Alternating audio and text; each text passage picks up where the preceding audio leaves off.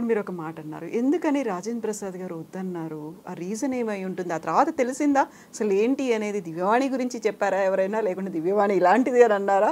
ఈ అక్కడ అభిప్రాయ భేదాలు అనేవి కొన్నిసార్లు వస్తాయి. మీరు సారీ చెప్పానన్నప్పటికీ కూడా ఏం జరిగి ఉంటుంది అక్కడ, ఎందుకు వద్దన్నారా అంత తీవ్ర స్థాయిలో? కామన్ ఏముంటుందండి, అప్పుడు హీరోలు, మేము హీరోయిన్స్ అప్కమింగ్లో ఉన్నాము. ఇప్పుడు రాజేంద్ర ప్రసాద్ గారు చెప్తారు ఎప్పుడు, ఆయన డబ్బింగ్ ఆర్టిస్ట్ నుంచి వచ్చారు అని. రామరాజ్యంలో భీమరాజు అని ఒక సినిమాలో ఆయన ఒక చిన్న క్యారెక్టర్ చేశారు. క్యారెక్టర్ స్థాయి నుంచి ఈరోజు హీరోగా ఎదిగారు అని అంటే ఆయన ఎంత కష్టంలో నుంచి పైకి వచ్చిన వ్యక్తో. వాళ్ళు కూడా అర్థం చేసుకోవాలి, రియల్ టాలెంట్ని టాలెంట్గా తీసుకురావాలి. ఓకే, ఒక వ్యక్తిని చూసినప్పుడు మనసులో 1000 ఆశలు నీకు రావచ్చు, అవతల వ్యక్తులకి ఇష్టం అంటే మీరు ఎలా ఉన్నా కూడా నో ప్రాబ్లం. కానీ ఒక ఆర్టిస్ట్ని ఆర్టిస్ట్గా ఎదగనిచ్చినప్పుడు మేము కూడా ఎన్నో ఆశలతో మా తల్లిదండ్రులు కానీ ఒక మంచి నటిగా మనం గుర్తింపు తెచ్చుకోవాలని తీసుకొని వస్తారు. సో అట్లా నేను ఒక టైపులో ఉండే అమ్మాయిని, నేను క్యారెక్టర్ కోసం ఆశపడి మనకున్న బార్డర్ తప్పి బయటికి వెళ్ళే స్వభావం మా ఇంట్లోనూ లేదు, నాకునూ లేదండి. సో అట్లా అందులో నేను ఇంట్లో లాస్ట్ అమ్మాయిని. మా అమ్మగారికి అక్కయ్యకి చాలా ప్రేమ, they are very strong pillars. మన వంశీ గారు యాక్చువల్లీ మా ఫ్యామిలీ ఫ్రెండ్స్ అనమాట. ప్రవీణ్ గారు వాళ్ళు, మేము ఒక మూవీ చేద్దామనే ఉద్దేశంతో మన పెద్ద వంశీ గారిని కలవటానికి వెళ్ళినప్పుడు ఆయన అదే చెప్పారు, అసలు ఈ అమ్మాయి ఎవరో మాకు తెలియదండి, ఈ అమ్మాయి ఏ రోజు ఒక సినిమా ఆఫీస్ గడప ఎక్కి దిగలేదు, వీళ్ళ అమ్మగారు తెలుసు, వీళ్ళ అక్కగారు తెలుసు కష్టపడిన వాళ్ళలో, కానీ ఈ అమ్మాయిని ఇప్పుడు అసలు బయటికి రాలేదు, సడన్గా బాపు గారు మూవీలో రావటం అని చెప్పని ఆ పెళ్లి పుస్తకంకున్నటువంటి స్క్రిప్ట్ బుక్ మొత్తం వంశీ గారి దగ్గర ఉందండి. ఆయన అది చూపించగల నాకు కళ్ళెమ్మట అలా నీళ్ళు వచ్చేసినాయి. సార్ ఇది ఎప్పటికైనా నాకు ఇవ్వరా ప్లీజ్ అని. ఎందుకంటే అది స్టార్టింగ్ నుంచి కూడా శుభం కార్డు వరకు సినిమా మొత్తం ఆ బుక్లో బాపు గారి ఆర్ట్తో ఏదైతే మేము వర్క్ చేసామో అదంతా బైండ్తో ఉందండి. బైండింగ్ బుక్ అనమాట, పెళ్లి పుస్తకం అని చెప్పిన. నాకు అసలు చూస్తే ఆహా ఇది నాకు దొరికింది, ఎప్పటికైనా సరే వంశీ గారిని బ్రతిమలాడి సార్ నా పుస్తకం నాకు ఇవ్వండి నేను అడుగుదాం, అంత అదృష్టమా నాకు అని చెప్పని అన్నానండి. అట్లా నన్ను ఇండస్ట్రీలో వచ్చిన కష్టం అంటే నాకు తెలియదు, నలుగురితో మాట్లాడటం అంటే నాకు తెలియదు. ఏ రోజు క్యారెక్టర్ల కోసం వెళ్ళి ఒకళ్ళ దగ్గర నేను మాట్లాడలేదు. రావటం పర్చూరి శారదాంటి గారి ద్వారా పర్చూరి గోపాలకృష్ణ గారు వాళ్ళ ఇంట్లో వాళ్ళ పిల్లలతో ఒక పిల్లల్లాగా ఉండేవాళ్ళే, కానీ ఆ క్యారెక్టర్ల కోసం ఇలా ఉండాలి అలా ఉండాలి అనే అనుభవం మనకి లేదండి. సో లక్కీగా మా ఇంటి పక్కనే ద్వారకి అంకుల్ ఉండేవాళ్ళు. నా 15 ఇయర్స్ అప్పుడు 10th ఎగ్జామ్ అయిపోయి వచ్చాను, 14 కంప్లీట్ అయ్యి 15 ఇయర్స్ నాకు. డాన్స్ రాజే డాన్స్ అని వాళ్ళు కన్నడ మూవీ చేస్తున్నారు, లీలావతి గారు అబ్బాయి అనమాట. ఈ అమ్మాయి ఎవరు బాగుంది బొద్దుగా పిల్ల అని అంటే నాకు అసలు కన్నడ రాదు, తమిళ్ రాదు, ఏమి రాదు. సో ద్వారకి అంకుల్ తీసుకెళ్ళి ఆయనే అసలు నాకు దివ్య అని పేరు పెట్టింది ఆయనేనండి. అవును, ఉషారాణి, ఉషావాణి నా మీ పేరు ఉషావాణి, ఫస్ట్ ఉషావాణి మార్చారు.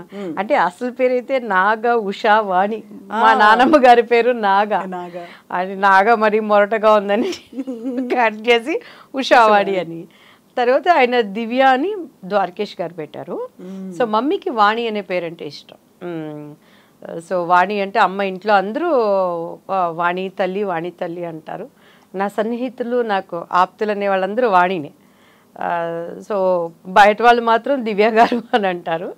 సో అమ్మకి వాణి అనే పేరు ఎక్కడ మరుగుపడిపోతుంది అని చెప్పని దివ్యవాణి అని పెట్టారు. డిఫరెంట్గా అది అలా కలిసి వచ్చింది వాక్ని. ఇది ఇప్పుడు అన్ని విధాలా ఉపయోగపడుతుంది ఆ పేరు, ఆ వాణి అనేది. ఇప్పుడు రాజేంద్ర ప్రసాద్ గారితో ఆ తర్వాత కొన్నేళ్ల గ్యాప్ తర్వాత మహానటి చేశారు కదా, సో అవేమన్నా మీరు రికలెక్ట్ చేసుకున్నారా ఎప్పుడన్నా ఆ కాలం సంఘటనలు అవన్నీ మాట్లాడుతున్నారా? ఇప్పుడు రాజేంద్ర ప్రసాద్ గారు చాలా, ఆయన ఒక పెద్దరికంతో చాలా ప్రేమపూర్వకంగా, లైక్ అవేమి ఆయన లేకుండా మంచి ఆర్టిస్ట్వి, నేను ఎప్పుడు ఎంకరేజ్ చేస్తామమ్మా దివ్య అని. మాది అదేంటో మరి జాతకం ఏమో తెలియదు కానీ ఆయనతో 3 సినిమాలు హ్యాట్రిక్ అండి నాకు. ఎదురింటి 3, పక్కింటి పెళ్ళాం, 2 పెళ్ళాల ముద్దుల పోలీసు అండ్ పెళ్లి పుస్తకం. ఆ తర్వాత మహానటి, దాంట్లో ఆయన నాకు బావగారిగా చేశారు. సో మంచి హిట్ కొట్టడం అంటే ఉంటాయి కదండి వాళ్ళ. ఇప్పుడు ఒక అమ్మాయి ఒకలాగా ఉందంటే ఇంకొక అమ్మాయి కూడా అలానే ఉండాలి అని అనుకుంటారు. ఏంటి ఆమెకన్నా ఈయన దగ్గర పెద్ద ఇదా, మా క్యారెక్టర్లో సత్తు ఉంది, క్యారెక్టర్ లేకుండా అనేక మంది అవకాశాల కోసం ఎగబడుతున్నారు, చేస్తున్నారు. తీసి పక్కన పడేసి ఇంకొక ఆమెను పెట్టండి అని టైప్లో ఉంటారు జనరల్గా అప్పటి నుంచి ఇప్పటి వరకే కూడాను. సో టాలెంట్ అనే దాన్ని ఒక్క వరకే స్టాప్ చేయగలరండి, ఒక్క లెక్క వరకే స్టాప్ చేయగలరు. లైక్ మీకు నేను ఎందుకు చెప్తున్నానంటే ఆ మాట, మేము అప్పుడు తుఫాన్ ఒకటి వచ్చిందండి 92-93 ఐ థింక్. వచ్చినప్పుడు దాసనారాయణరావు గారు, చిరంజీవి గారు, శ్రీదేవి అందరూ కలిసి ఫండ్స్ కలెక్ట్ చేయడానికి ఇక్కడ ఒకటి నాటకాలు అవి చేశారనమాట. దానికి టికెట్స్ పెట్టారు. దాంట్లో కోడి రామకృష్ణ గారి టీంలో నేను చేశానండి ఒక స్కిట్ మేము చేసాం. చిరంజీవి గారిది వేయలేదు, శ్రీదేవి గారిది. అప్పట్లో దూరదర్శన్ మాత్రమే ఉండేది, టీవీలు ఇవన్నీ కూడా అంత లేవు. సో దాంట్లో ఎస్పెషల్లీ న్యూస్లో 10 సార్లు నేను చేసిందే చూపించారనమాట. అంటే అది స్టేజ్ పర్ఫార్మెన్స్ అయినా అంత జీవం ఉట్టిపడేటట్టు చేసాం. అంటే వాళ్ళందరూ అప్పటికైనా నాతో జగదేకి వీరుడు, అతిలోక సుందరి, నాది పెళ్లి పుస్తకం అప్పుడే రిలీజ్ అయ్యి ఉంది. వాళ్ళందరూ చెప్పలేదన్నమాట. సో టాలెంట్ అనేది ఎక్కడుందంటే మీడియా కానీ ప్రజలు కానీ దానికి ఎప్పుడు కనెక్టివ్ అవుతారండి. అదే నన్ను బ్రతికించింది, అదే నన్ను నడిపించింది, అదే నన్ను నిలబెట్టింది, ఏ ఫీల్డ్ అయినా కూడా. సో ఇప్పుడు ఒక అమ్మాయి చేసినట్టుగా ఇంకో అమ్మాయి చేయదు. ఒక అమ్మాయి బిహేవియర్ కావచ్చు, యాటిట్యూడ్ కావచ్చు, టాలెంట్ కావచ్చు, ఏదైనా ఇంకొకరితో మ్యాచ్ చేయడానికి లేదు.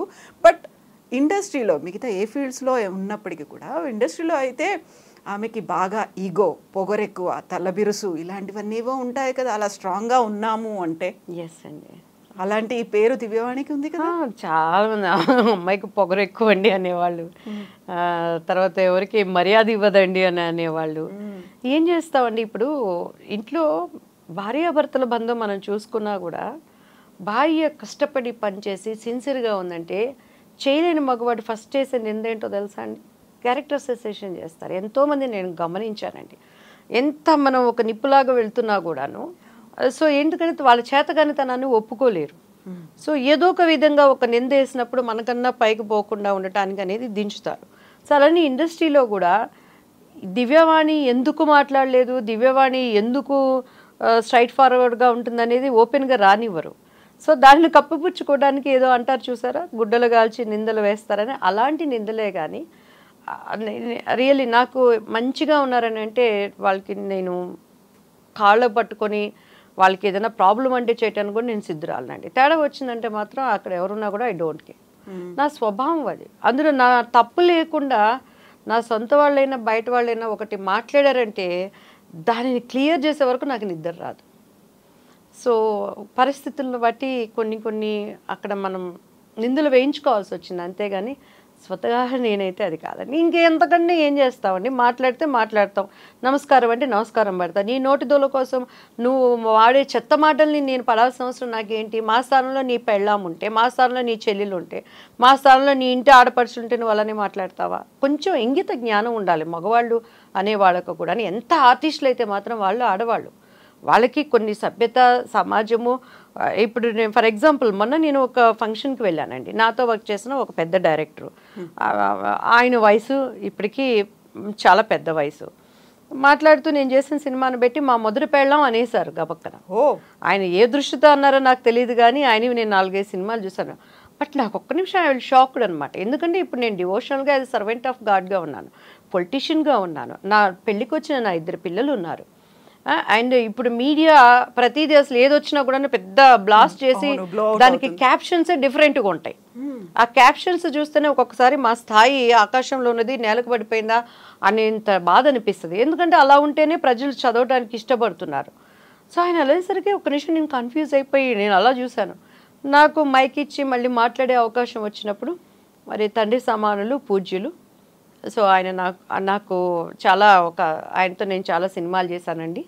సో మేము ఎంత పద్ధతులుగా వచ్చామో, మేము ఎంత కష్టపడి వచ్చామో, హీ ఈజ్ విట్నెస్ టు మేము చేసిన ఆ సినిమాలకి అని చెప్పని మళ్ళీ నేను చెప్పుకోవాల్సి వచ్చింది, మీరు కవర్ చేసుకోవాల్సి వచ్చింది. కనీసం మాట్లాడేటప్పుడు మొదటి పెళ్ళావన్నా నువ్వు రెండో పెళ్ళావన్నా మీడియా ఉంది ఎలా పెడుతుంది, నీ సినిమా పేరు చెప్పండి. సో అలా అయిపోయిందండి.